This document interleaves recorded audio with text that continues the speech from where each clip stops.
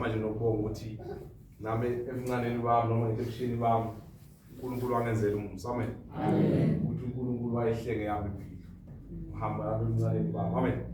Ngiyambonga kakhulu abazalwane uNkulunkulu. Ngithi ngihlabela ngithi ngibonga ukuthi ngisahamba kanye naye. Ukuthi kuwumusa wakhe. Amen. Lokhu ufazi okukhulu kakhulu ukuthi ngisewumntwana kaNkulunkulu. Amen. Babonile abantu behamba uNkulunkulu ebenzela into ezinkulu kodwa bemshini. Manje ngiyambonga uNkulunkulu ukuthi ungenzele umusa ukuthi eyami impilo sayigcinile endlini yakhe ukuthi namhlanje sathi uJesu inkosi ukuthi alikho elinye ithemba ayinalo ngaphandle kwaleli. Amen. Ngibonga abazalwane uNkulunkulu ukuthi noma ngenile emncaneni bami bengene nogogo ukuthi uthe gogo noma esehambile emhlabeni kodwa ngahamba uNkulunkulu. Amen. Ngoba uye uNkulunkulu ongigcinile.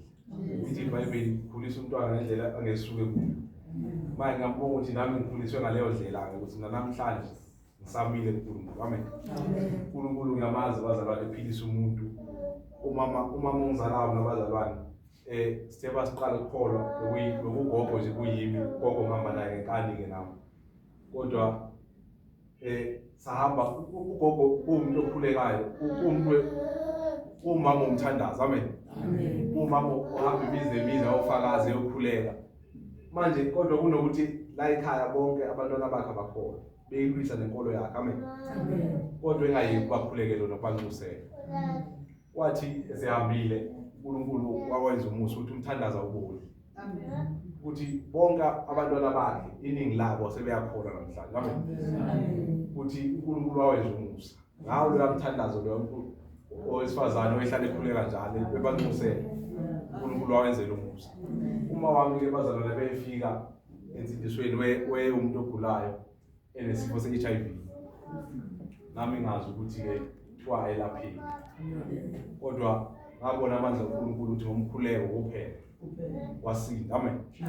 Ukuthi kungenzakala lutho ngomthandazo nje kuphela wasinda. Manje ngiyamazi uNkulunkulu bazalwane lezi zinto ezingenzeki kubantu. Ngiyamazi nami ngivulela iminyango bengamele ngene kuyo. Ngangena nami esikoleni evarsity ngirejectiwe kodwa ngommusa uNkulunkulu ngangena. Indlela engangena ngayo isimanga kakhulu bazalwane ngoba ngathi ngithola ureject ngafika nabantu ababezosayina ama-firm offer ngakusasa. Bangifike ekseni sima kulayini kuthiwa sibhala amagama phansi ukuthi ucheck ngempela ukuthi bonke abantu ababhalwe la bakhona ngempela kwi-list yama-firm offer. Ngibhale ke nami ngazi kahle ukuthi angikho kwi-list ngirejectiwe. Ngunumber 2 naselayinini. Manje ngiyasho ukuthi le ndoda izobuya fast izongikhipha lapho utwenzayo. Ngibhale ke nami bazalwane kodwa sekukhulekiwe ngaleso sikhathi. Uma ngafosi sonke iviki lokukhuleka nalapha ekhaya abazalwane. Amen.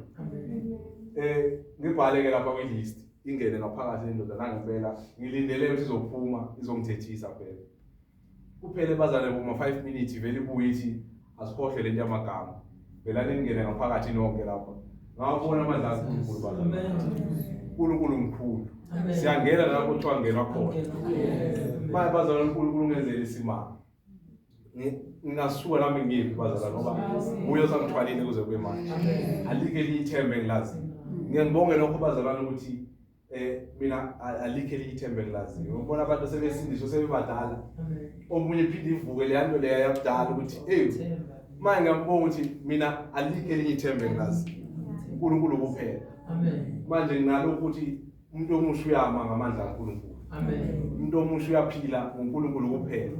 uNkulunkulu uyasenzela isimanga bazalwane. uNkulunkulu kuningi angenzele kona nangibusise ngakho. Ngilapha nje eGoli bazalwane umusa kaNkulunkulu. Ngathola nomsebenzi ngendlela nami bazalwane engayiqondi. Ukuthi uNkulunkulu kuningi angenzele kona. Angivulela amafasitela ezulu. Ukuthi ngangisebenza nami bazalwane ngisebenza ngale eThekwini. Umsebenzi ongemuhle nje kahle.